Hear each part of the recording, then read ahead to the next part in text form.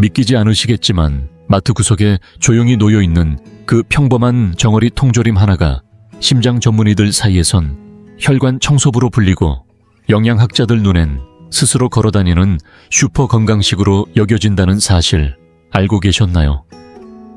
가격도 도시락 하나보다 저렴한 경우가 많아 우리는 그동안 그를 값싼 음식이라며 무시하거나 특유의 향 때문에 일부러 피하기도 했습니다.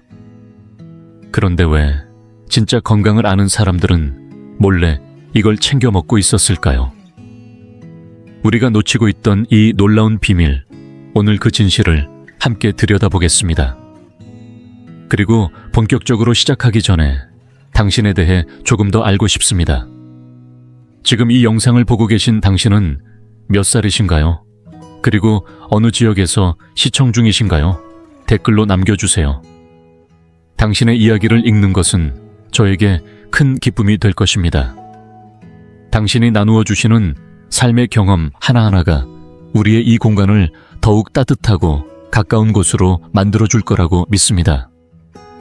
그럼 이제 함께 시작해 볼까요? 이제 정어리에 대한 오해부터 풀어보겠습니다. 아마 지금 이 영상을 보고 계신 많은 분들, 특히 어머니 세대나 할머님 세대라면 정어리 통조림이라는 말만 들어도 머릿속에 몇 가지 장면이 떠오르실 겁니다. 첫째, 바로 그 특유의 비린내입니다. 많은 분들이 그 냄새가 너무 강하다고 느끼세요. 심지어 약간은 불쾌하게 여겨질 정도라서 먹기는커녕 뚜껑만 열어도 얼굴을 찌푸리게 되죠. 둘째, 통조림은 몸에 좋지 않다는 인식입니다. 대부분은 몸에 좋은 건 신선한 게 최고지라고 생각합니다. 가공된 통조림은 영양이 다 빠져나갔을 거고 방부제가 한가득 들어있을 거라고 여기시죠. 셋째, 값이 싸서 체면이 안 선다는 편견입니다.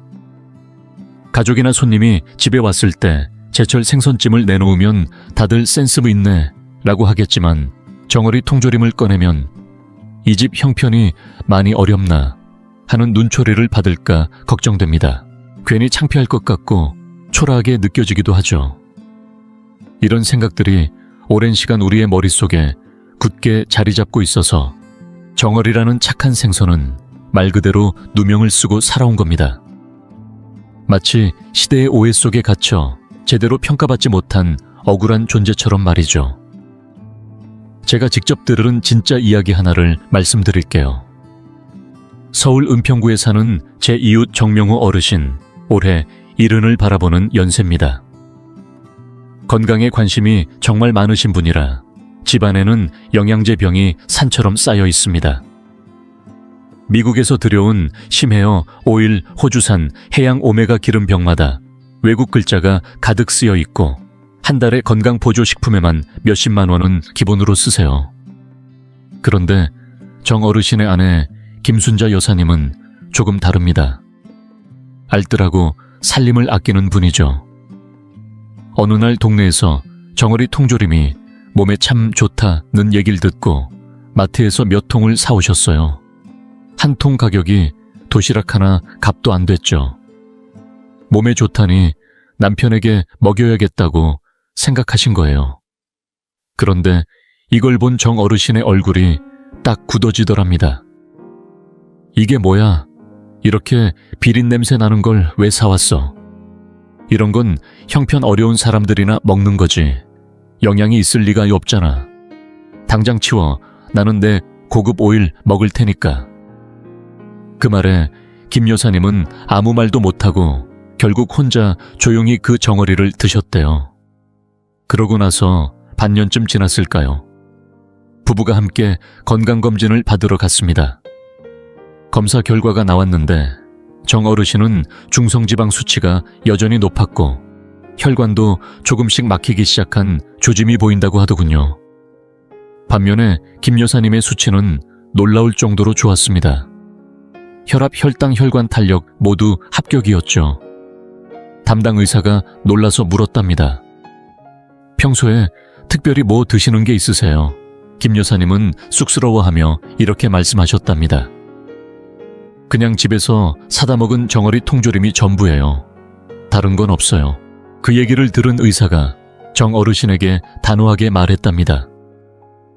정 선생님, 아내분이 드신 게 훨씬 더 현명한 선택이었습니다. 비싼 건강기능식품은 특정 성분 하나에 집중되어 있지만 정어리는 그 자체가 완전한 영양의 조화입니다. 몸 전체를 돌보는 자연의 방어막과도 같죠. 그 말을 듣고 정 어르신은 할 말을 잃었습니다. 그날 이후 그분은 정어리 통조림을 더는 우습게 보지 않게 되셨습니다. 이 이야기가 우리에게 알려주는 게 무엇일까요? 이제는 정어리에 씌워진 오해의 껍질을 벗겨줄 때입니다. 오늘 저는 여러분과 함께 정어리에 대한 3가지 큰 착각을 하나하나 풀어보려 합니다. 먼저 많은 분들이 정어리는 냄새부터가 싫다고 하세요. 비린내가 너무 강해서 식탁에 올리기도 꺼려진다는 말 자주 듣습니다. 그런데 여러분, 그 냄새는 단순한 비린내가 아닙니다. 바다에서 건너온 생명의 기운이자 몸에 꼭 필요한 불포화 지방산, 그 중에서도 최고급 오메가 지방산이 풍부하다는 강력한 증거입니다. 오히려 냄새가 은은하고 없는 생선일수록 오메가 함량은 낮을 수 있다는 사실 알고 계셨나요? 우리는 진주를 돌멩이라 여겼고 황금을 진흙으로 착각해왔습니다. 그렇게 귀한 생선을 냄새 하나로 외면해온 겁니다. 생각해보면 참 안타까운 일이죠. 2번째 오해는 통조림은 영양이 없다는 고정관념입니다. 정어리 통조림을 가공식품이라며 무시하는 분들도 많습니다. 하지만 요즘 통조림 기술은 상상 이상으로 발전했습니다. 고온과 고압을 단시간에 적용해 살균하는 방식으로 방부제 없이도 오랜 보존이 가능하죠. 그보다 더 놀라운 건 이 과정이 집에서 우리가 직접 생선을 조리할 때는 절대 따라할 수 없는 놀라운 결과를 만들어낸다는 겁니다.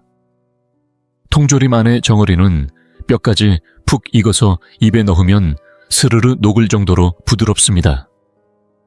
그 뼈 속에는 칼슘이 가득 들어있고 고온 고압 덕분에 그 칼슘이 고스란히 살과 국물 속으로 녹아듭니다. 결국 한 입 먹을 때마다 살과 뼈 국물까지 모두 영양으로 꽉 찬 귀한 한 수를 먹는 셈입니다. 3번째 편견은 가격이 저렴하다는 이유로 품격이 없다는 생각입니다. 하지만 이건 정말 크나큰 착각입니다. 정어리는 바다 생태계에서 가장 아래 단계에 있는 물고기입니다.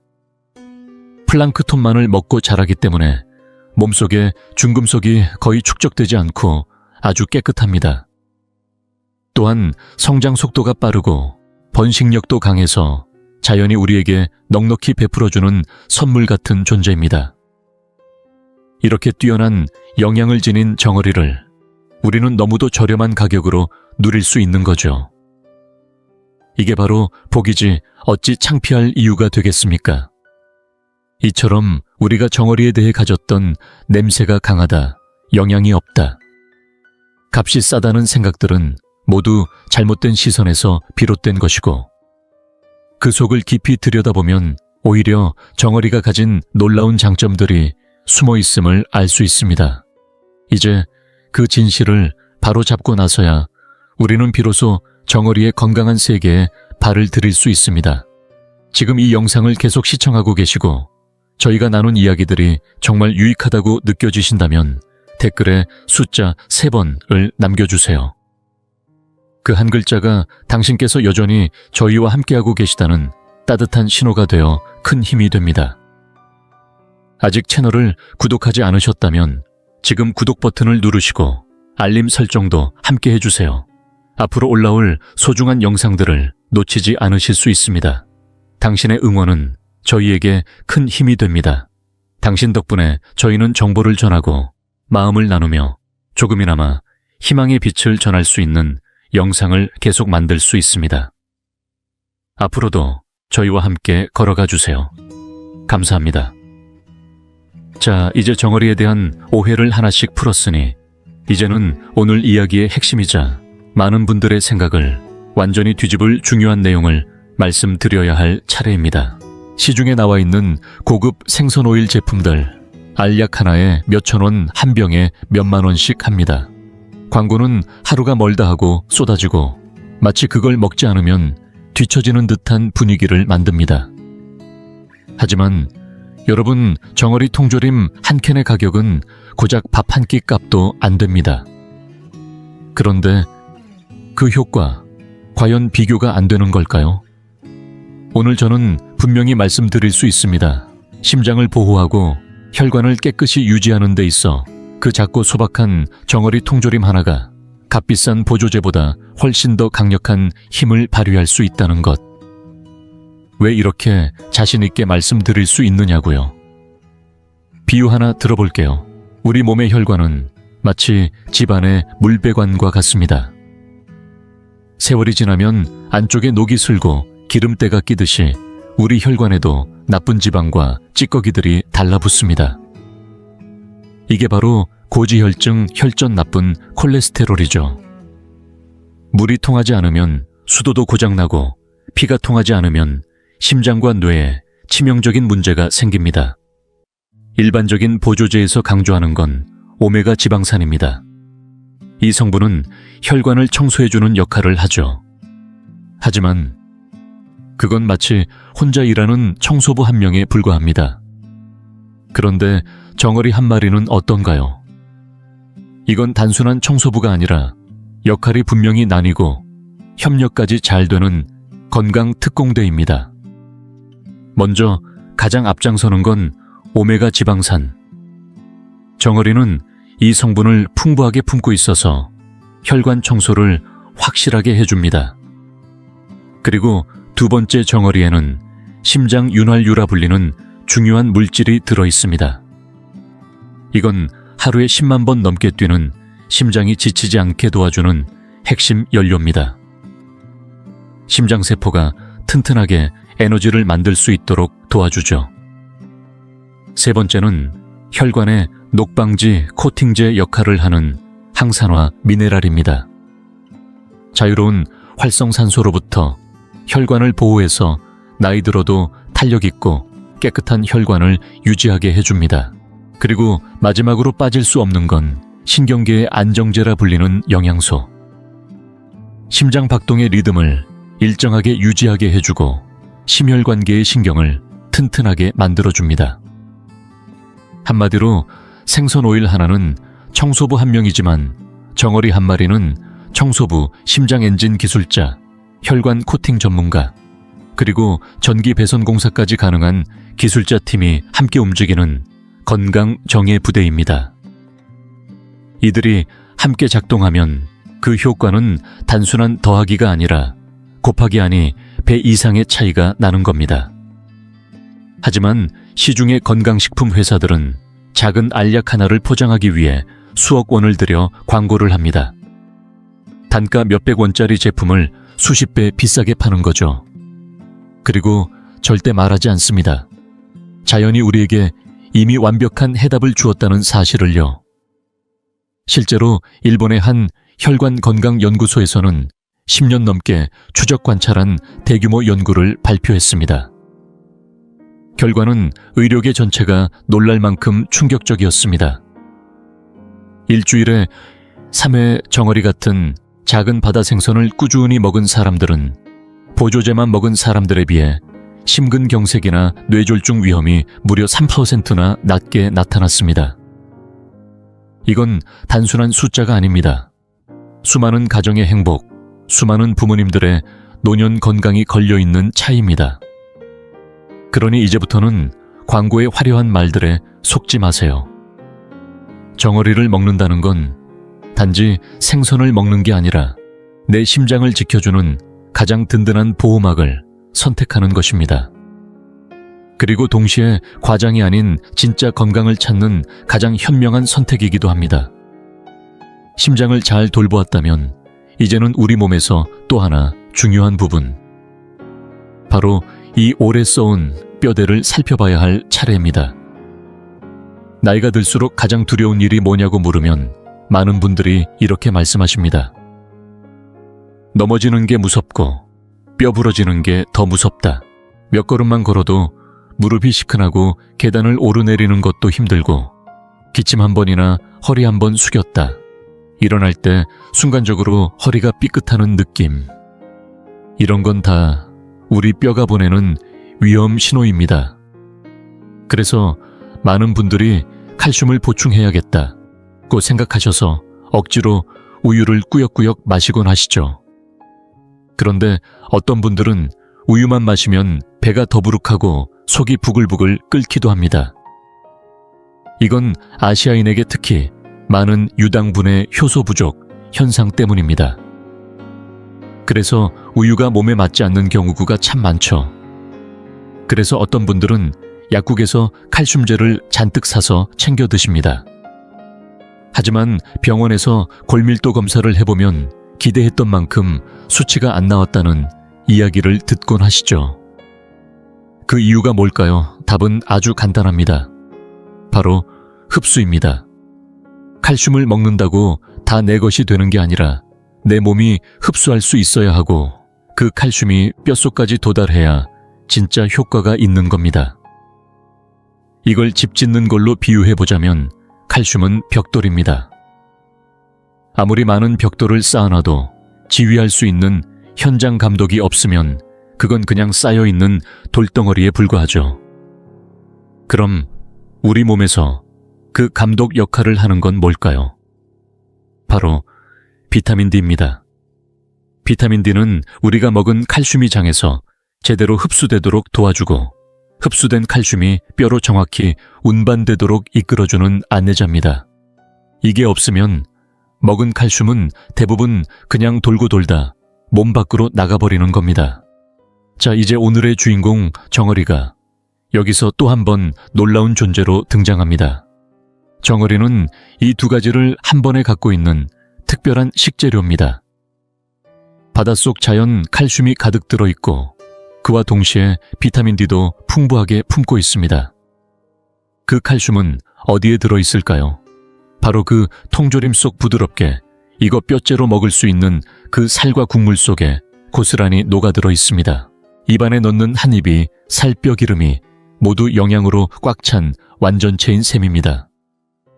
그리고 정어리 속 비타민 D는 그 칼슘을 온전히 우리 뼈로 운반해주는 역할을 하죠. 즉, 벽돌 칼슘과 감독 비타민 D, 이 같은 음식 안에 다 들어있는 셈입니다. 이 둘이 함께 들어오면 우리 몸속에서는 완벽한 협력이 이루어집니다. 비타민 D는 칼슘 이온 하나하나를 잡아 끌어 뼈가 가장 약해진 부분으로 보내고 그곳에서 단단히 자리를 잡게 도와줍니다. 그래서 정어리를 먹는다는 건 몸 안에 직접 뼈 건강 주사를 맞는 것과 같은 효과를 주는 겁니다. 정확하고 흡수가 잘 되고 낭비도 없습니다.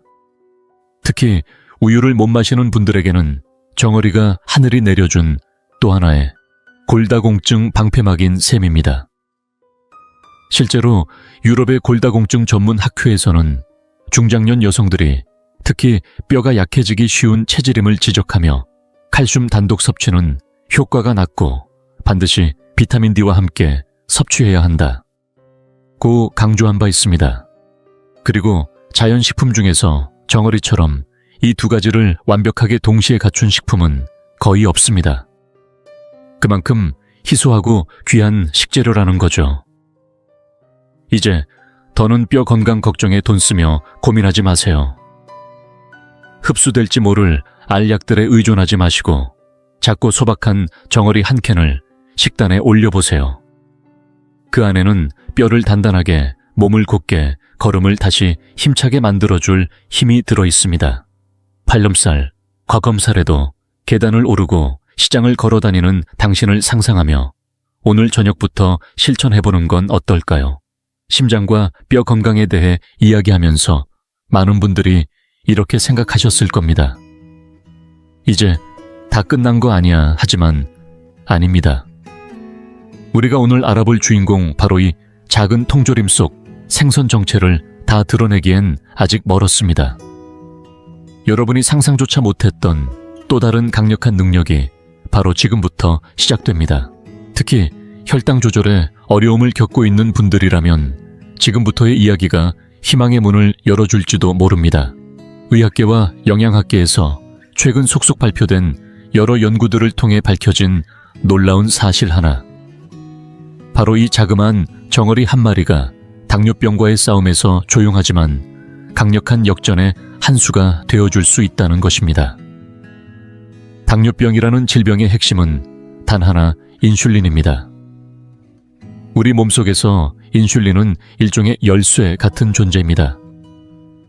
우리가 먹은 음식이 소화되어 포도당으로 바뀌고 그것이 혈액 속을 흐르게 될 때 인슐린은 세포의 문을 열어 그 당분을 안으로 들여보내 에너지로 바꿔 쓰게 해주는 역할을 합니다. 그런데 이 열쇠가 망가지거나 아니면 세포의 문이 녹슬어 열리지 않으면 어떻게 될까요? 그렇게 되면 혈액 속에 당분이 점점 쌓이고 결국 혈당 수치는 높아지게 됩니다. 이것이 바로 우리가 두려워하는 제2형 당뇨병의 시작입니다. 그런데 놀랍게도 정어리는 이 인슐린의 작동에 결정적인 도움을 줄 수 있는 두 가지 큰 능력을 갖고 있습니다. 첫 번째는 혈당을 안정적으로 유지해주는 식품이라는 점입니다. 정어리에는 최고급 단백질과 건강한 지방인 오메가3가 풍부하게 들어있습니다. 이 두 성분은 마치 혈당을 잡아주는 견고한 닷처럼 작용합니다. 우리가 밥이나 국수 같은 탄수화물과 함께 정어리를 먹으면 단백질과 지방이 장 속에서 당분의 흡수를 천천히 하도록 도와주기 때문에 식후 혈당이 갑자기 솟구치는 것을 막아주고 오히려 천천히 부드럽게 그리고 안정적으로 혈당이 유지되도록 만들어줍니다. 그리고 더 중요한 두 번째 능력, 바로 인슐린 저항성을 개선해준다는 것입니다. 인슐린 저항성이란 인슐린이라는 열쇠는 충분히 만들어지는데도 세포가 그 열쇠를 알아보지 못해 문이 열리지 않는 상태를 말합니다. 마치 자물쇠가 녹슬어버려 아무리 열쇠를 넣어도 돌아가지 않는 것처럼요. 이 문제야말로 제2형 당뇨병의 가장 뿌리 깊은 원인입니다. 그런데 정어리 속에 들어있는 오메가3와 비타민 D는 마치 이 녹슨 자물쇠에 고급 윤활유를 뿌리는 것과 같습니다. 세포막을 회복시키고 염증을 줄이며 인슐린에 대한 세포의 반응성을 높여줘서 자물쇠가 다시 부드럽게 돌아가게 해주는 거죠. 열쇠가 맞으면 문이 열리고 혈당은 자연스럽게 세포 안으로 들어가 에너지로 쓰이게 됩니다. 혈액 속 당분은 줄어들고 혈당도 안정을 되찾게 되는 겁니다. 이와 관련해 유럽에서 진행된 한 장기 연구가 큰 주목을 받았습니다. 당뇨병 전 단계 환자들을 두 그룹으로 나누고 한 그룹은 평소 식단을 유지하게 했으며 다른 한 그룹은 매주 2번 정어리를 식단에 넣게 했습니다. 불과 6개월 후 정어리를 섭취한 그룹의 공복 혈당 수치와 인슐린 민감도가 현저히 개선되었고 당뇨병으로의 진행 속도도 눈에 띄게 늦춰졌다는 결과가 나온 것입니다. 이 연구 결과는 수많은 중장년층에게 아주 큰 의미를 갖습니다. 수십 년 동안 혈당 수치로 고생해오신 분들에게 혹은 약에만 의존해 살아오신 분들에게 정어리는 하나의 새로운 가능성이자 희망이 되어줍니다. 약만으로는 부족했던 삶, 정어리 한 통이 바꿔놓을 수 있습니다. 이것은 단지 한 끼의 반찬이 아니라 건강을 회복하고 삶의 주도권을 되찾을 수 있는 가장 자연스럽고도 근본적인 선택입니다. 이제 여러분도 알게 되었죠. 정어리는 결코 작지 않습니다. 오히려 작지만 강하고 고유하지만 깊은 힘을 가진 음식입니다. 내 몸의 혈당을 다스리는 이 조용한 힘.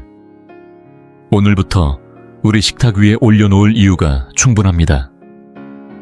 심장뼈 혈당까지 이야기했으니 이제 끝났다고 생각하셨나요? 아닙니다. 진짜 놀라운 이야기는 지금부터입니다. 정어리의 진정한 위력, 우리가 인생의 황혼을 어떻게 맞이할 것인가에 대한 결정적인 단서가 이제 막 펼쳐지려 합니다.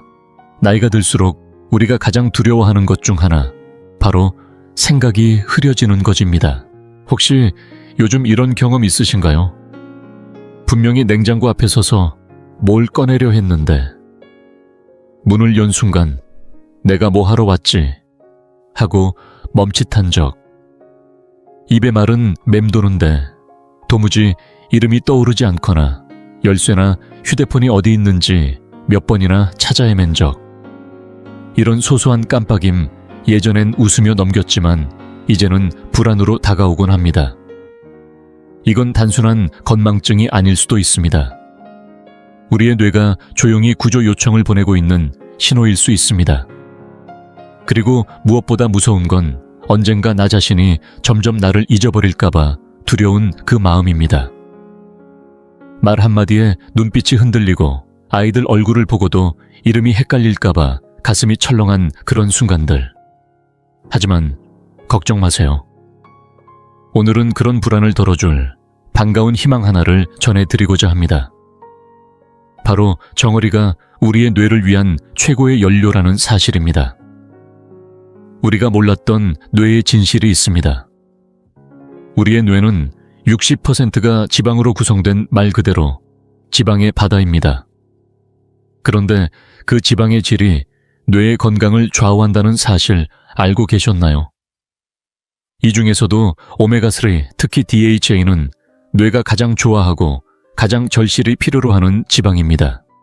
DHA는 뇌세포를 짓는 가장 중요한 재료로 마치 튼튼한 건물을 지을 때 사용하는 고급 철근처럼 없어선 안 되는 존재입니다. 이 DHA가 충분해야 신경세포 간의 정보가 빠르고 정확하게 전달되며 생각의 속도도 빨라지고 기억력도 또렷해지며 집중력까지 향상됩니다. 쉽게 말하면 낡은 전화선을 광케이블로 바꾸는 것처럼 우리 뇌의 통신 속도가 한 차원 높아지는 겁니다. 그 결과는 일상 속에서 확연히 느낄 수 있습니다. 신문을 읽을 때 더 또렷하게 이해되고 드라마를 볼 때도 흐름을 놓치지 않으며 자녀와 대화할 때도 재치 있는 응답이 자연스럽게 나오게 되죠. 어느 날 갑자기 자녀가 말합니다. 엄마, 요즘 왜 이렇게 생기가 넘쳐요? 그 순간 정어리는 단순한 반찬이 아니라 당신의 젊음을 지켜주는 숨은 동반자였다는 사실을 깨닫게 될 겁니다. 정어리는 천연식품 중에서도 DHA 함량이 가장 높은 생선 중 하나입니다. 그런데 그것만이 아닙니다. 앞서 말씀드렸던 뼈 건강의 핵심이었던 비타민 D, 그리고 신경을 지키는 데 중요한 비타민 B3 역시 정어리에 풍부하게 들어 있습니다. 비타민 B3는 우리의 신경을 감싸고 보호하는 절연막 같은 역할을 하는데 이 절연막이 건강해야 신호가 생곳 없이 정확하게 전달됩니다. 반면 비타민 D는 뇌 속에 쌓이는 노폐물, 특히 알츠하이머의 주요 원인으로 알려진 베타 아밀로이드라는 단백질 찌꺼기를 청소해주는 역할을 합니다. 다시 말해 DHA는 뇌세포를 튼튼하게 짓고 비타민 B10D는 신호선로를 안전하게 깔며 비타민 D는 청소까지 책임지는 뇌 건강의 삼총사 역할을 정어리 한 마리가 전부 해내고 있는 것입니다. 이들이 함께 뇌를 보호하고 늙지 않는 사고력과 기억력을 지켜주는 든든한 수호자가 되어주는 것이죠. 우리는 누구나 품위 있는 노년을 꿈꿉니다. 자녀에게 짐이 되지 않고 끝까지 내 이름을 기억하고 내 삶을 주도적으로 살아가는 그런 하루하루를요. 그렇다면 이제 선택하셔야 합니다. 정어리는 더 이상 가난한 식탁의 상징이 아니라 당신의 뇌에 최고의 선물을 안겨줄 수 있는 귀한 식재료입니다.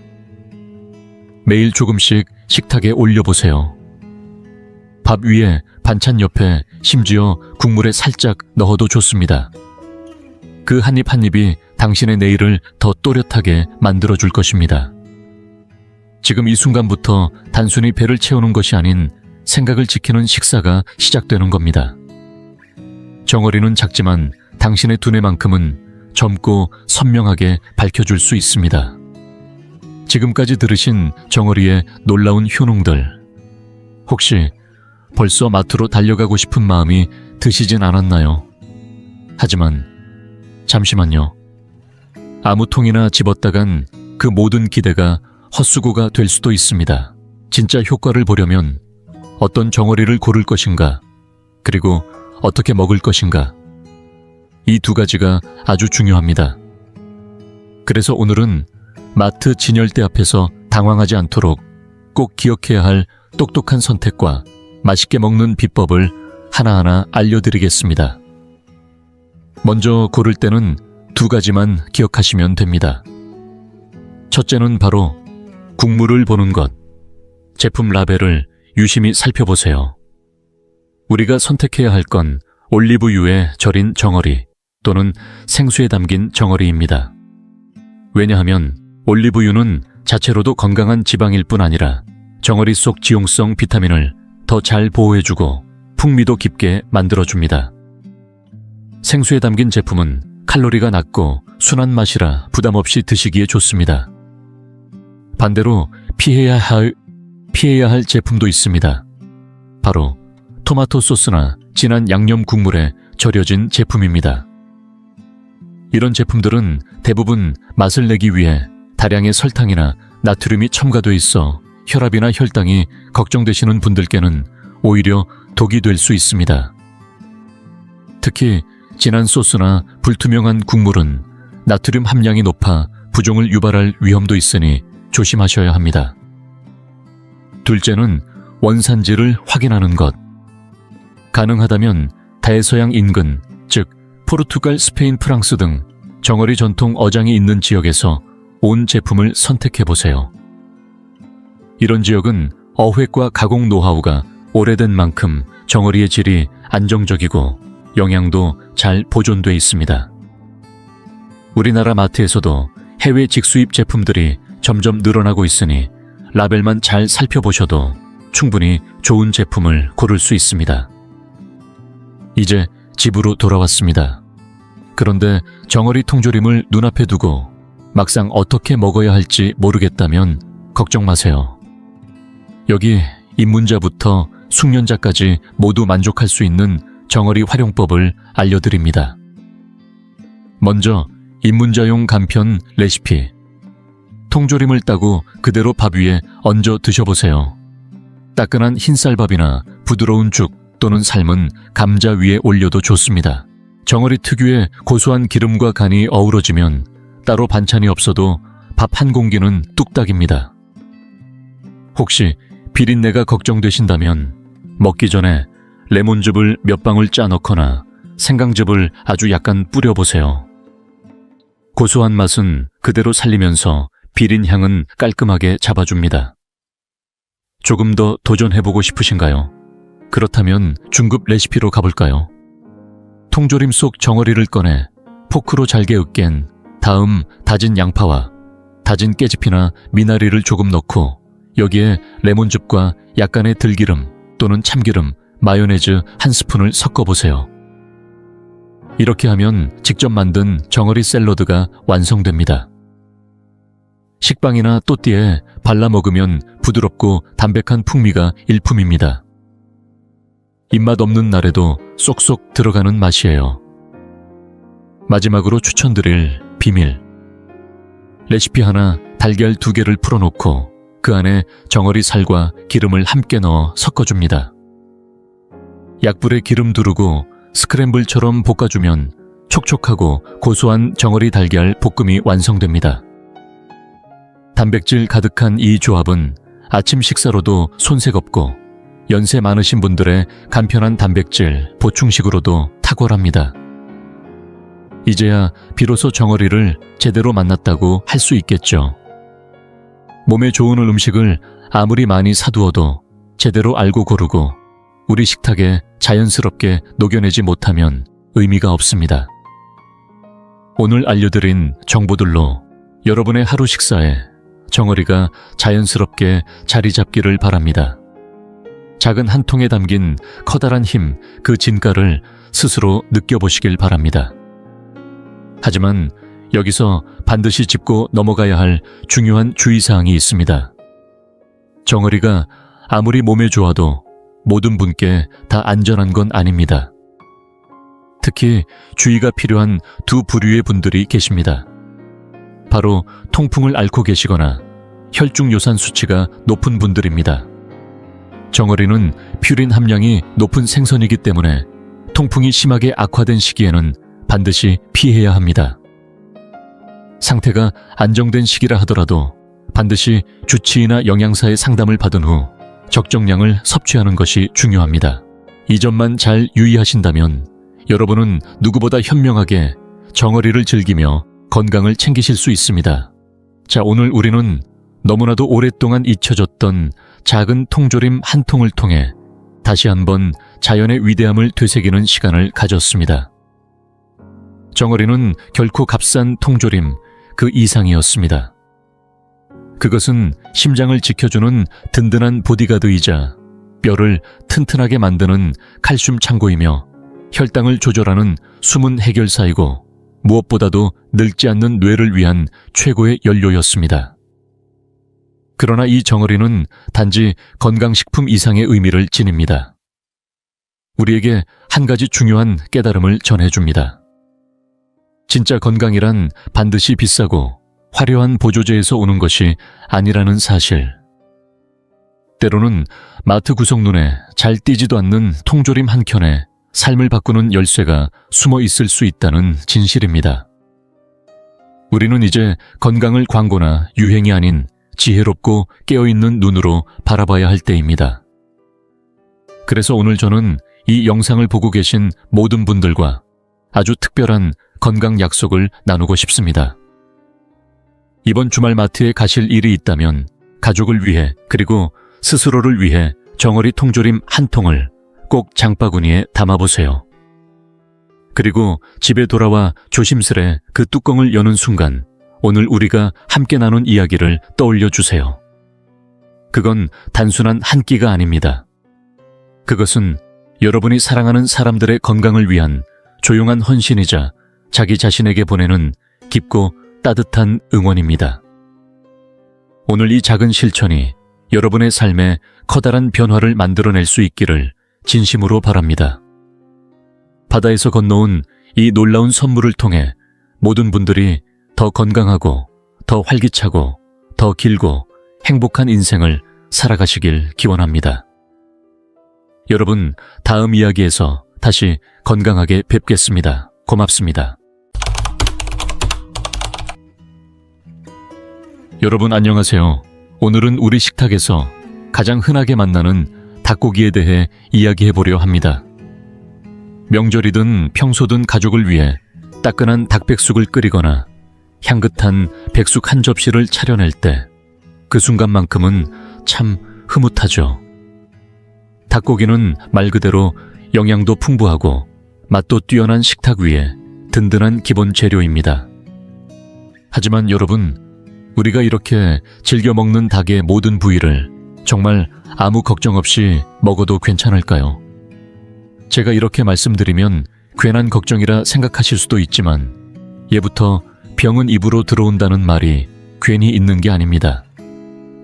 평생을 먹어온 닭고기지만 그 속에 건강을 위협하는 부위가 숨어 있을 거라곤 미처 생각 못하셨을 겁니다.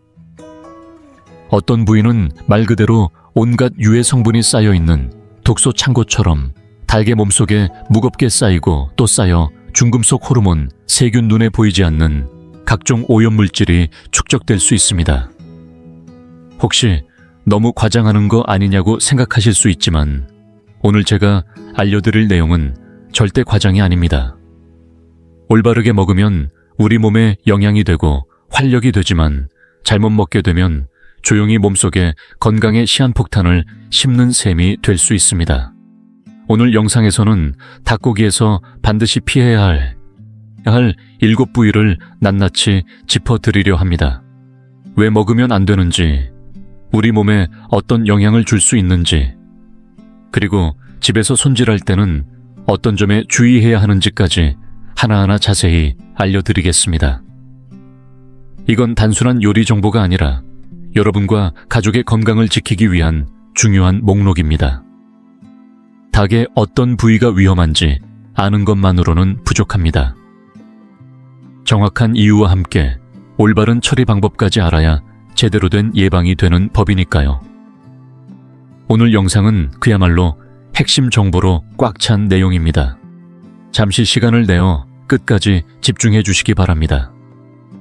몇십 분의 시청이 앞으로 몇십 년의 식탁 안전을 지켜줄 수 있습니다. 분명히 그만한 값어치가 있습니다. 그리고 본격적으로 시작하기 전에 당신에 대해 조금 더 알고 싶습니다. 지금 이 영상을 보고 계신 당신은 몇 살이신가요? 그리고 어느 지역에서 시청 중이신가요? 댓글로 남겨주세요. 당신의 이야기를 읽는 것은 저에게 큰 기쁨이 될 것입니다. 당신이 나누어 주시는 삶의 경험 하나하나가 우리의 이 공간을 더욱 따뜻하고 가까운 곳으로 만들어줄 거라고 믿습니다. 그럼 이제 함께 시작해 볼까요? 첫 번째로 조심해야 할 부위는 바로 닭머리입니다. 정직하게 말씀드리면 특히 막걸리 한 잔 곁들일 때 삶은 닭머리 하나쯤은 별미로 느껴질 수 있습니다. 뇌도 있고 뼈도 있고 쫄깃한 살까지 있어서 씹는 맛이 제법 있지요. 하지만 여러분 닭머리를 좋아하시는 분들께 오늘은 꼭 드리고 싶은 말씀이 있습니다. 혹시 10년 된 닭머리는 쥐약보다 독하다는 말 들어보신 적 있으신가요? 다소 과장처럼 들릴 수 있지만 그 속에 담긴 건강의 진실은 결코 가볍게 넘길 수 없습니다. 왜 그런 말을 할까요? 생각해 보세요. 닭이라는 동물은 하루 종일 땅 위를 돌아다니며 이것저것 쪼아먹고 다닙니다. 지금의 환경은 예전처럼 맑고 깨끗하지 않습니다. 토양이나 물, 심지어 사료 속에도 눈에 보이지 않는 중금속이나 각종 유해물질이 숨어 있을 수 있습니다. 닭이 이런 물질을 먹게 되면 몸속에서 전부 해독되는 것이 아니라 일부는 그대로 쌓이게 됩니다. 특히 이런 독소는 혈액을 따라 온몸으로 퍼지는데 그 중에서도 혈류가 풍부한 뇌 조직, 즉 닭의 머릿속은 중금속이 집중적으로 축적되기 쉬운 장소입니다. 쉽게 말해 오래된 수도관에 녹물이 끼는 것처럼 닭이 살아온 해가 길수록 머릿속엔 더 많은 중금속이 쌓이게 됩니다. 3살에서 5살쯤 된 토종 암닭이라면 그 머리 하나에 들어있는 중금속 수치가 우리나라의 안전기준을 여러 배 초과할 수도 있습니다. 한두 번 드시는 걸로는 큰 문제가 없을 수 있겠지만 오랜 기간 닭머리를 자주 드신다면, 특히 오래된 닭의 머리만 골라 드신다면 그 축적된 중금속이 결국은 우리 자신의 몸속에서 천천히 독으로 작용하게 됩니다. 시간이 지나면 신경계나 간, 신장 같은 주요 장기에도 영향을 줄 수 있고 그때는 후회해도 늦을 수 있습니다. 어떤 분들은 이렇게 말씀하실지도 모릅니다. 그럼 그 닭이 늙은 닭인지 어린 닭인지 어떻게 구별하나요? 걱정 마세요. 아주 간단한 방법이 있습니다. 먼저 첫 번째는 닭벼슬을 보는 것입니다. 어린 닭의 벼슬은 선홍빛이며 곧게 서 있고 윤기가 납니다. 하지만 늙은 닭의 벼슬은 점차 시들고 색도 탁해지며 보라색을 띠거나 축 처져 한쪽으로 기울어져 있습니다. 두 번째는 닭발을 확인하는 것입니다. 발바닥의 껍질, 즉 비늘을 보면 어린 닭의 비늘은 고르고 부드러우며 색도 연한 노란색입니다. 반면 늙은 닭은 비늘이 거칠고 두껍고 색도 진하거나 희끗희끗하며 만졌을 때 단단하고 발톱도 뾰족하게 마모되어 있습니다. 저는 특히 중장년층 이상 어르신들께 꼭 권해드리고 싶습니다. 닭머리는 가급적 드시지 마세요. 특히 시골에서 몇 년씩 키운 토종닭이라면 하루 종일 마당을 돌아다니며 때로는 쓰레기 더미까지 뒤지기도 하고 어떤 걸 먹었는지 정확히 알기 어렵기 때문에 그 머릿속에 무엇이 쌓였을지 아무도 장담할 수 없습니다. 물론 요즘 마트에서 파는 육개들, 예를 들면 황금닭 같은 경우는 대부분 양계장에서 통일된 사료를 먹으며 일정 기간만 키워 출하되기 때문에 상대적으로 중금속 축적이 덜할 수는 있습니다. 그래서 만약 정말 드시고 싶다면 반드시 정육점이나 마트에서 파는 닭이 사육된 닭을 선택하시고 그것도 아주 가끔씩 소량만 드시는 것을 추천드립니다. 중요한 건 잊지 마세요. 가끔과 소량, 이 두 가지 원칙만큼은 꼭 지켜야 합니다. 두 번째로 조심해야 할 부위는 바로 닭목의 껍질과 그 아래 숨어있는 림프 조직입니다. 닭목살은 많은 분들이 즐겨 드시는 부위입니다. 양념에 재워 구워낸 닭목구이나 매콤하게 조린 닭목조림은 입맛 돋우는 안주로도 인기가 많죠. 하지만 여러분, 닭목살 자체는 먹어도 되지만 그 위에 붙어있는 껍질과 그 아래의 정체 모를 조직들에 대해서는 반드시 조심하셔야 합니다. 닭의 몸에서 림프계가 가장 많이 모여있는 부위 중 하나가 바로 이 목 부분입니다. 닭목살을 손질해보신 분들이라면 아마 보셨을 거예요. 껍질을 벗기면 그 아래에 작고 동그랗거나 길쭉한 덩어리 같은 조직들이 주르르 붙어 있는 걸. 만져보면 미끈미끈하고 미세하게 부풀어 있는 이 조직들은 모두 림프절입니다. 림프계는 동물의 몸에서 면역 기능과 해독을 담당하는 방어선인데요. 닭이 외부에서 바이러스나 세균 기생충에 노출되면 가장 먼저 이 림프절들이 반응해 그것들을 걸러내고 쌓아둡니다. 게다가 요즘 양계장에서는 닭이 병에 걸리지 않도록 사료에 항생제나 성장 촉진제 같은 약물을 섞는 경우도 많습니다. 문제는 이 약물의 잔여 성분들도 바로 이 림프절에 쌓인다는 겁니다. 그러니까 이 작은 덩어리들은 일종의 쓰레기 처리장이자 말 그대로 독소 저장소인 셈입니다. 혹시 이렇게 생각하실지도 모릅니다. 그럼 보이는 것만 골라서 제거하면 되는 거 아닌가요? 그런데 그렇게 간단하지 않습니다. 이 림프절들은 독립적으로 붙어 있는 게 아니라 지방층과 근막 조직과 함께 얽히고 설켜 있어서 어디까지가 림프고 어디까지가 기름인지 분간하기가 어렵습니다. 눈에 보이는 큰 덩어리 몇 개만 떼어낸다고 해결되지 않고 눈으로 식별할 수 없는 미세한 림프 조직과 잔여물이 목 전체에 퍼져 있기 때문에 완벽하게 제거하는 건 사실상 불가능에 가깝습니다. 이런 조직을 제대로 손질하지 않고 먹게 되면 단기간엔 단순한 복통이나 설사 소화불량 정도로 끝날 수 있지만 장기간 자주 먹게 될 경우 간의 해독 기능에 부담을 주고 결국 체내 독소가 쌓이는 만성적인 위험으로 이어질 수 있습니다. 그렇다면 닭목살은 아예 먹지 말아야 할까요? 아닙니다. 먹을 수는 있습니다.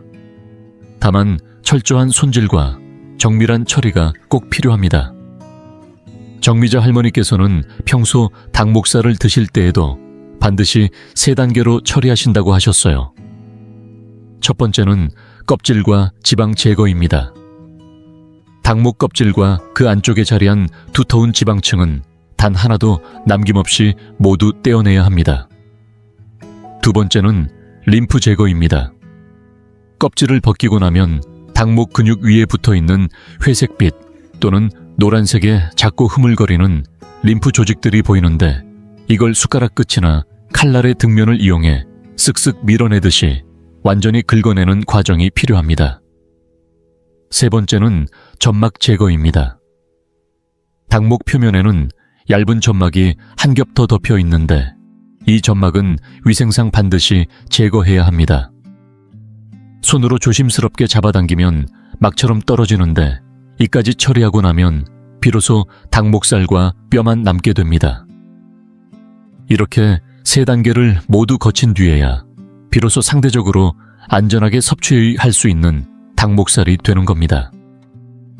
그러니 여러분, 앞으로 닭목살을 사오셨을 때는 바로 양념에 재워 굽지 마시고 먼저 손질부터 제대로 해주세요. 몇 분 더 손이 가는 수고로움이 있을지 몰라도 우리의 건강과 간의 부담을 줄일 수 있다면 그건 결코 아깝지 않은 과정입니다.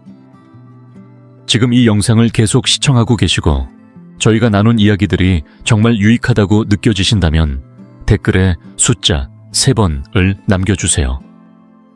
그 한 글자가 당신께서 여전히 저희와 함께하고 계시다는 따뜻한 신호가 되어 큰 힘이 됩니다.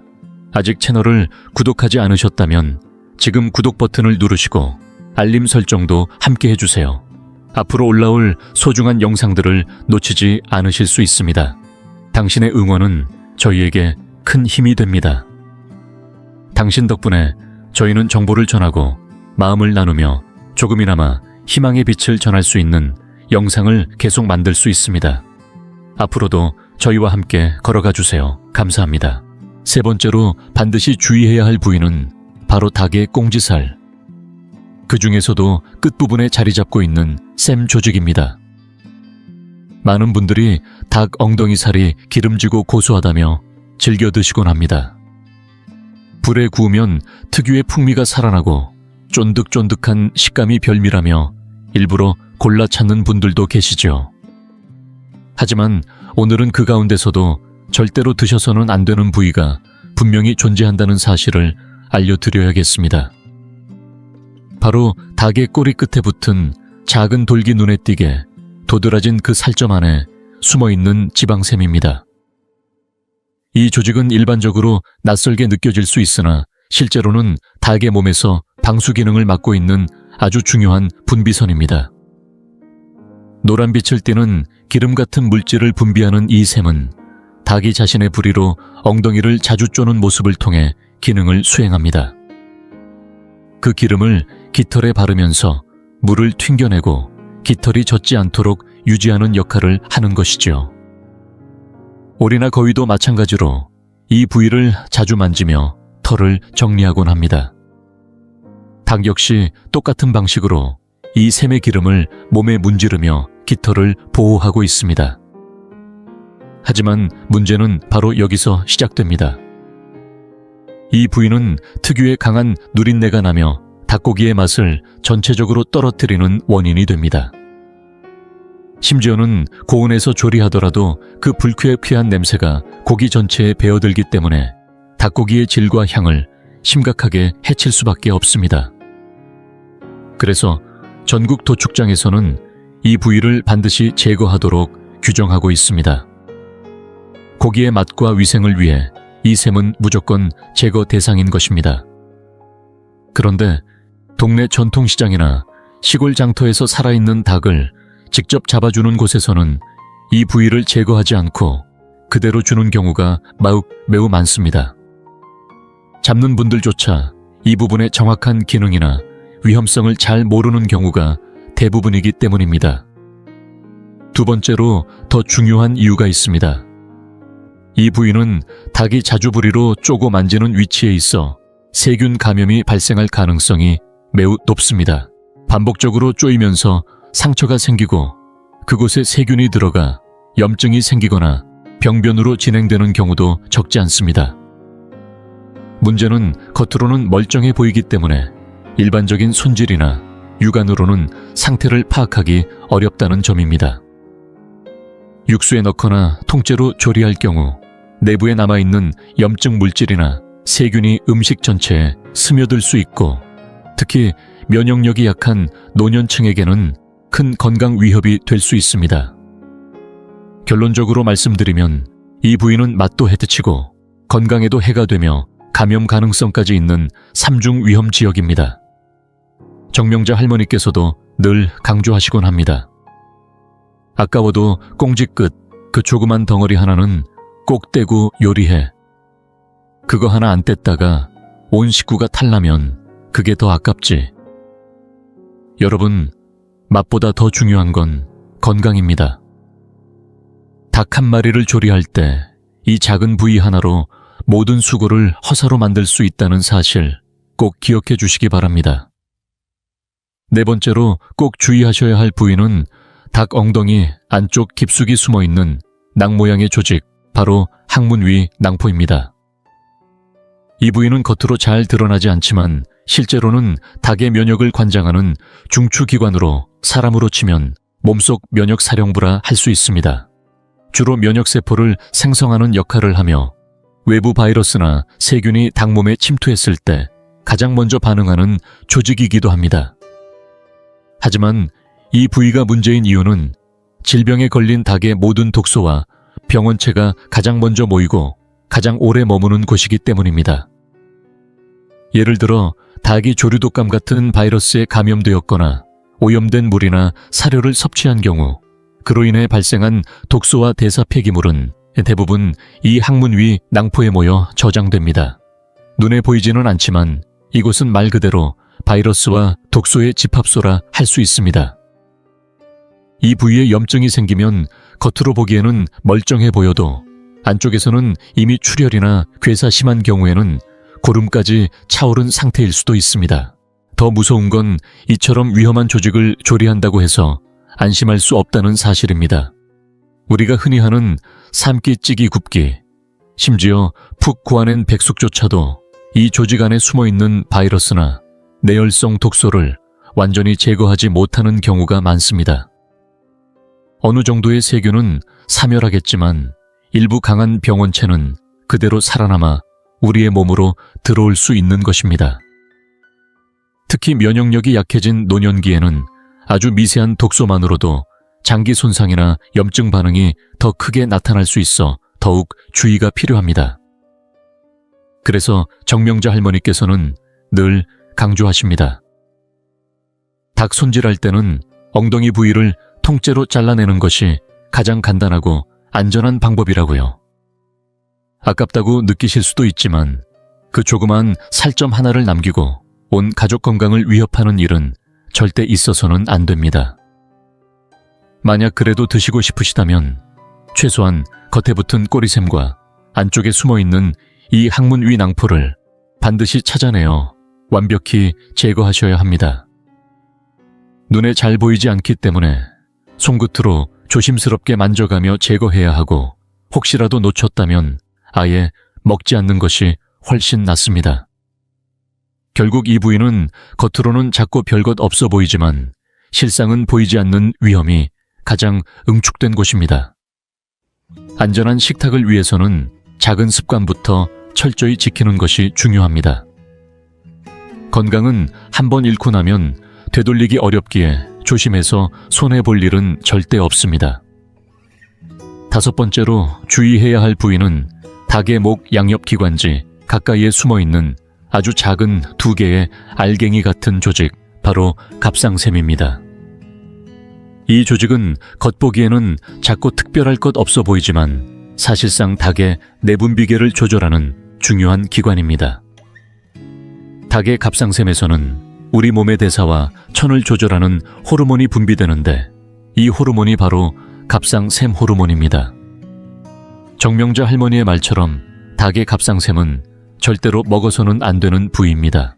왜냐하면 이 안에는 갑상샘 호르몬이 고농도로 농축되어 있어 사람이 실수로라도 이 조직을 섭취하게 되면 우리 몸의 내분비 균형이 흔들릴 수 있기 때문입니다.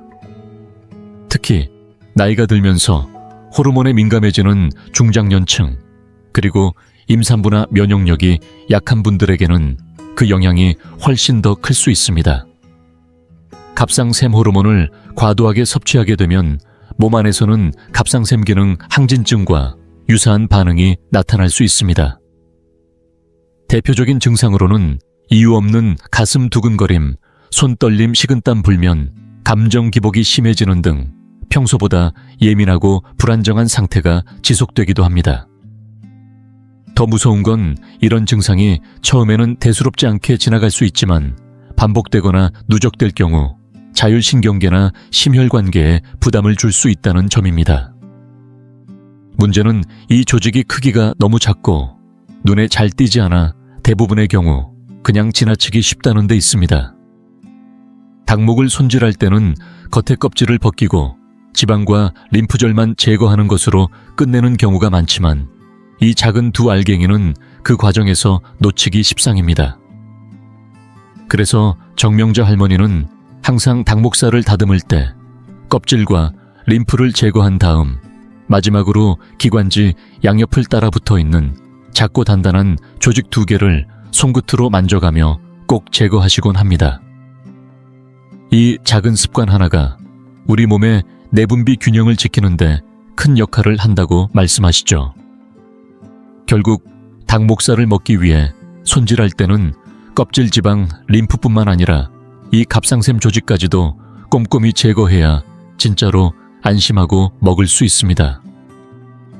번거롭다고 생각하실 수도 있겠지만 그 몇 초의 수고가 우리 몸의 균형과 평안을 지키는 가장 확실한 방법이 됩니다.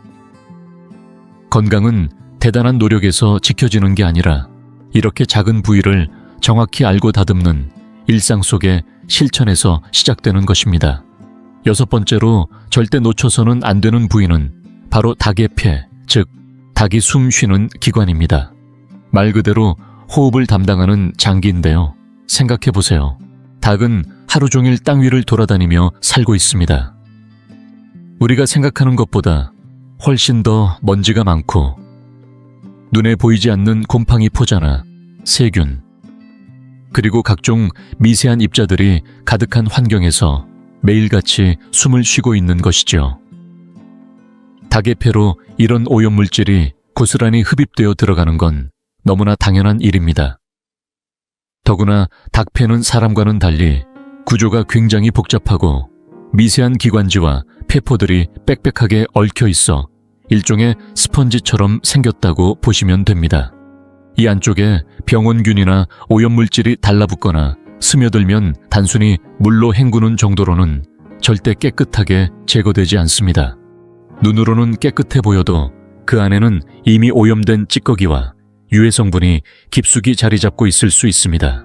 시간이 지날수록 폐 안쪽에 염증이 생기거나 병변이 형성될 수도 있고 심한 경우에는 결절처럼 굳어지는 경우도 생깁니다.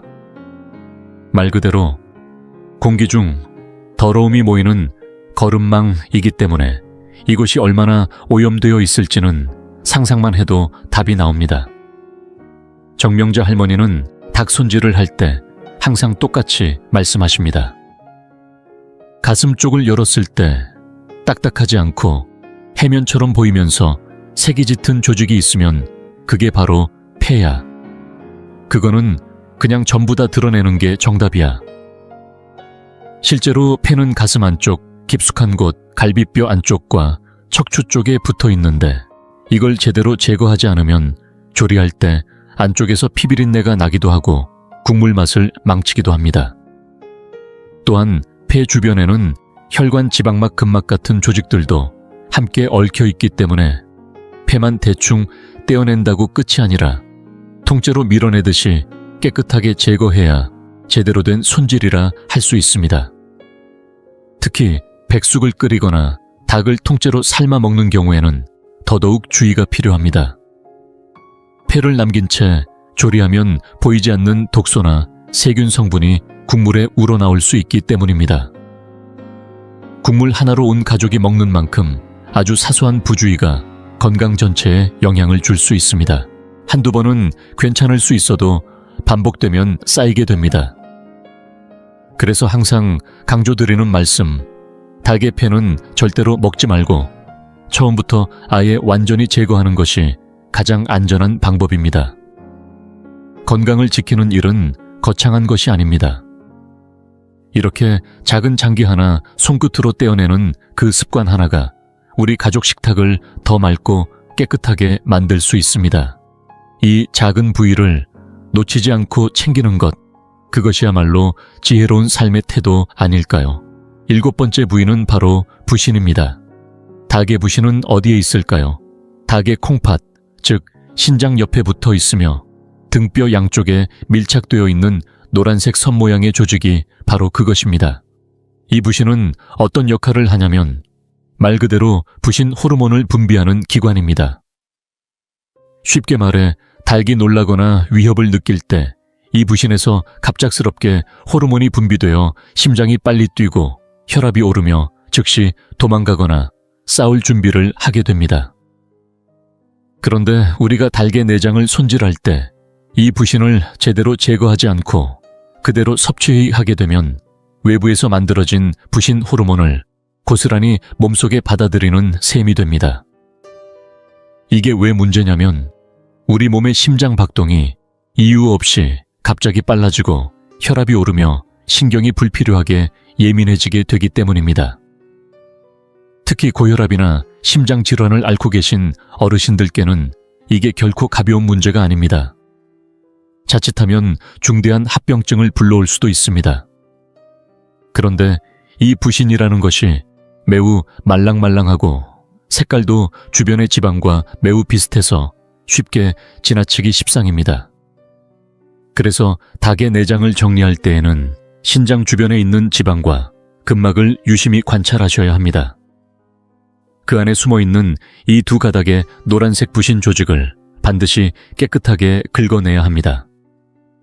다 긁어낸 뒤에는 등뼈 양쪽에 움푹 파인 홈이 2개 뚜렷하게 드러나게 되죠.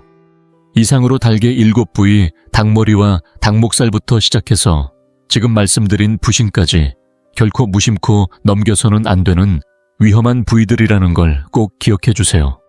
오늘 함께 살펴본 닭머리 닭목 껍질과 림프절 꼬리샘 항문, 위 낭포 갑상샘폐, 그리고 부신까지 이 7군데 부위는 닭을 손질할 때 반드시 조심해야 할 위험 목록입니다.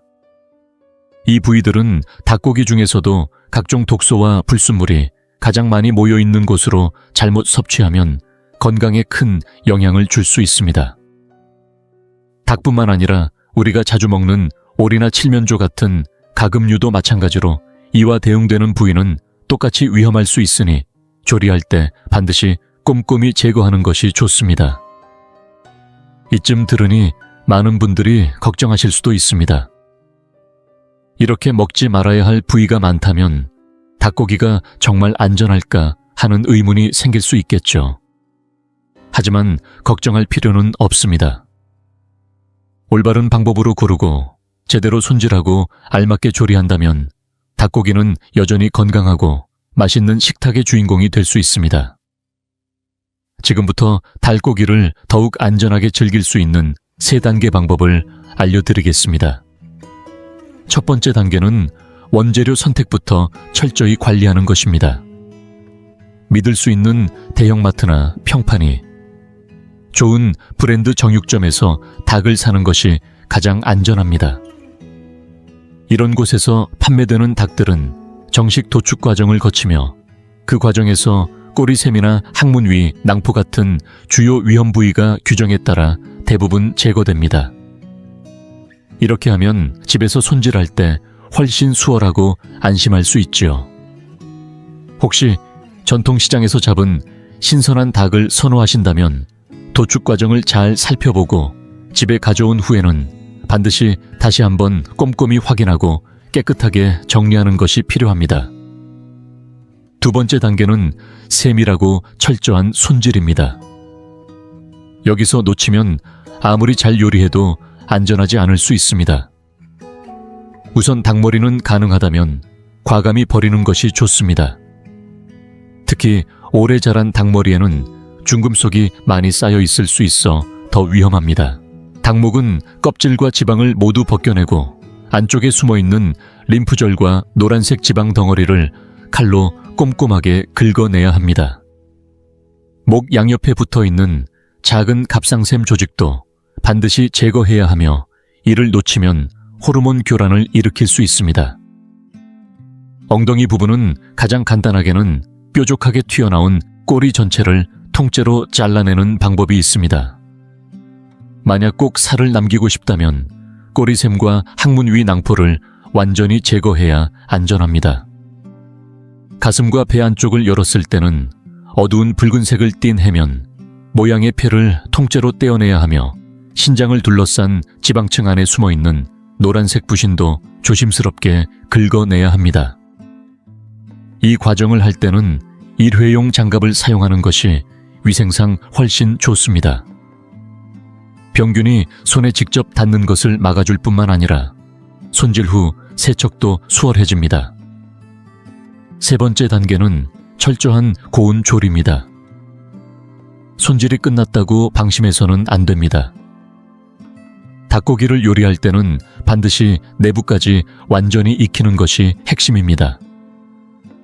국물 요리를 하든 구이를 하든 찜을 하든 닭다리나 가슴 속살처럼 두꺼운 부분까지 칼집을 넣어 잘 익혔는지 확인하는 것이 필요합니다. 과학적으로 입증된 바에 따르면 닭고기의 중심 온도가 70도 이상으로 충분히 유지되어야 대부분의 세균과 바이러스가 사멸됩니다. 하지만 여기서 꼭 기억해야 할 사실이 있습니다. 고온 조리는 세균을 없앨 수 있지만 중금속이나 화학적 독성 물질은 절대 제거할 수 없습니다. 그렇기 때문에 닭머리나 갑상샘처럼 독소가 축적된 부위는 요리로 해결할 수 없으니 아예 버리는 것이 가장 현명합니다. 이 세 가지 단계만 잘 지켜도 닭고기는 여전히 우리 식탁에서 건강을 지키는 훌륭한 단백질 공급원이 됩니다. 손질할 때 조금 더 신경 쓰고 조리 과정을 한 번 더 확인하는 수고만으로도 온 가족의 건강을 지킬 수 있다는 점 꼭 기억하시길 바랍니다. 우리가 닭고기를 어떻게 안전하게 먹을 수 있는지에 대해 충분히 이야기했다면 이제는 한 걸음 더 나아가 어떻게 하면 좋은 닭을 제대로 고를 수 있는지 알려드리겠습니다. 혹시 이런 경험 있으신가요? 전통시장에서 줄줄이 놓인 백수경 닭을 마주하고 도무지 어떤 걸 골라야 할지 몰라 망설이셨던 적. 겉보기에 다 똑같아 보이지만 그 안에는 엄청난 차이가 숨어 있습니다. 오늘은 바로 그 차이를 단번에 꿰뚫어보는 6가지 방법, 일명 눈썰미의 기술을 전수해 드리겠습니다. 이걸 익혀두시면 닭고기 살 때 더 이상 속거나 손해볼 일은 없을 겁니다. 첫 번째는 목 부위의 칼집을 보는 것입니다. 살아있는 닭을 잡은 경우라면 도살할 때 몸부림을 치기 때문에 목의 절단면이 매끄럽지 않고 다소 울퉁불퉁하게 보입니다. 게다가 심장이 여전히 뛰고 있어 절단 부위 주변으로 선홍빛 혈액이 스며들어 붉은 기운이 도는 게 특징입니다. 반대로 너무 매끈하게 잘려있고 주변에 핏기 하나 없이 창백하다면 조심하셔야 합니다. 병들어 죽었거나 거의 죽기 직전의 닭을 억지로 도살한 것일 가능성이 높습니다. 두 번째는 눈을 보는 방법입니다. 신선한 닭의 눈은 맑고 투명하며 살짝 반쯤 뜨거나 완전히 뜬 상태로 탄력이 있습니다. 반면 오래 방치되었거나 병사한 닭은 눈이 움푹 들어가고 흐릿하며 먼지 낀 듯 탁해 보입니다. 눈 주변이 마르거나 검게 변해 있다면 이미 상태가 좋지 않다는 뜻이죠. 세 번째는 발을 보는 것입니다. 신선한 닭발은 자연스러운 분홍빛을 띠고 발가락 사이가 건강하게 붙어 있으며 지나치게 오그라들지 않습니다. 비린내도 거의 나지 않고 발 표면의 비늘도 광택이 있습니다. 그러나 닭발의 색이 누렇거나 검게 변했고 비늘이 탁하고 칙칙해졌다면 이는 오래된 닭이거나 위생 상태가 좋지 않은 닭일 수 있습니다. 네 번째는 피부 상태를 확인하는 것입니다. 신선한 닭의 피부는 은은한 분홍색이거나 미백에 가까운 색을 띠며 표면이 반들반들하고 탄력이 있습니다. 사망닭처럼 원래 노란빛을 띠는 품종도 있지만 그것은 본래의 색일 뿐 부패와는 무관합니다. 그러나 닭껍질 색이 누렇고 탁하거나 부분적으로 반점이 생기고 촉감이 끈적거리면 이미 신선함을 잃었다는 증거입니다. 특히 닭다리나 날개처럼 많이 움직이는 부위에 깊은 주름이 생기고 꺼진 자국이 많다면 수분이 많이 빠져 오랫동안 방치된 닭일 가능성이 높습니다. 다섯 번째는 꼬리 부분을 보는 법입니다. 아주 간단하지만 중요한 체크포인트입니다. 신선한 백수경 닭은 엉덩이 주변이 말끔하고 깨끗합니다. 그러나 병들었거나 장염 같은 질병을 앓았던 닭은 항문 주변이 지저분하거나 이물질이 묻어 있을 수 있으며 간혹 녹색 흔적까지 보이기도 합니다. 이런 닭은 절대 구입하지 마세요. 6번째는 가슴살을 눌러보는 방법입니다. 손끝으로 닭 가슴살을 살짝 눌렀을 때 금방 원상복귀되고 탄력이 살아있다면 신선한 닭입니다. 근육결도 선명하게 살아있어야 합니다. 하지만 꾹 눌렀을 때 탄력이 없고 근육이 흐물거리며 뭉개진다면 이미 신선도가 떨어진 상태입니다. 더불어 유의하셔야 할 것이 있는데 물 주입 닭입니다. 겉보기에는 살이 유난히 통통하고 껍질이 팽팽하게 당겨져 빛이 반짝입니다. 하지만 손으로 만져보면 울퉁불퉁하거나 피부 속에 잔잔한 기포처럼 붉은 핏줄이 퍼져 있기도 합니다. 이런 닭은 무게를 늘리기 위해 인위적으로 수분을 주입한 경우가 많고 그 물도 위생적으로 안전하다고 보기 어렵기 때문에 절대 피해야 합니다.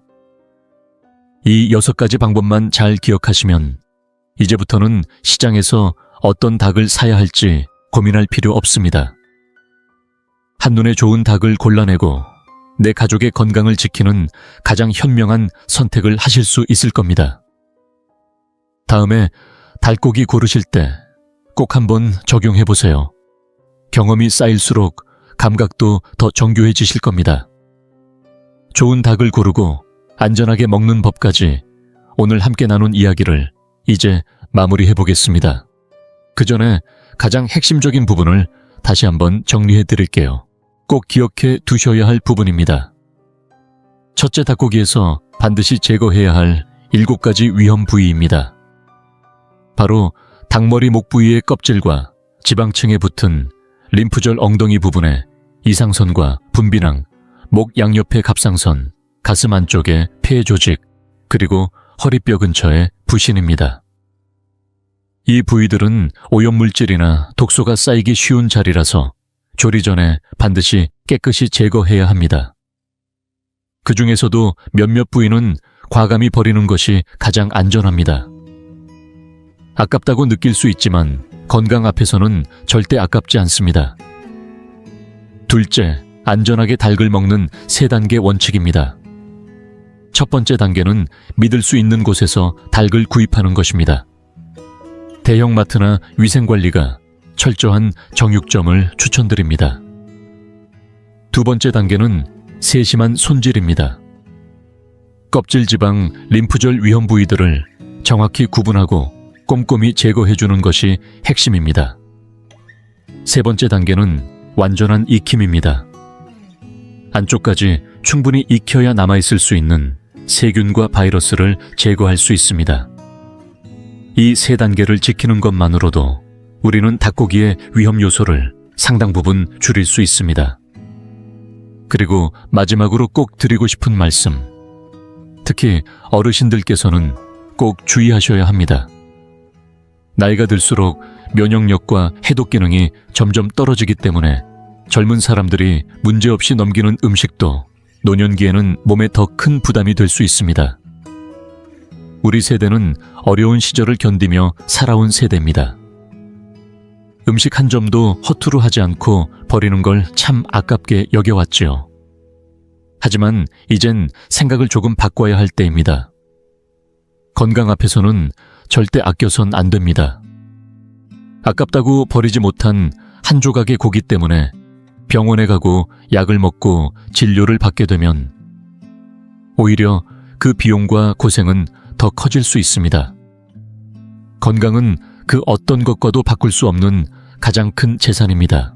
불필요한 위험을 피하고 깨끗하고 바른 음식을 통해 평온한 노후를 지키는 것. 그것이야말로 진짜 지혜로운 선택 아닐까요? 오늘 나눈 정보가 여러분께 작은 도움이 되었길 바랍니다. 이 내용이 유익하셨다면 좋아요와 구독 잊지 마시고요. 혹시 닭 손질이나 구입 관련해서 궁금한 점이나 공유하고 싶은 경험이 있으시다면 댓글로 남겨주시면 함께 나누는 기회가 되었으면 좋겠습니다. 오늘 영상 함께 해주셔서 진심으로 감사합니다. 다음 영상에서 건강한 모습으로 다시 뵙겠습니다.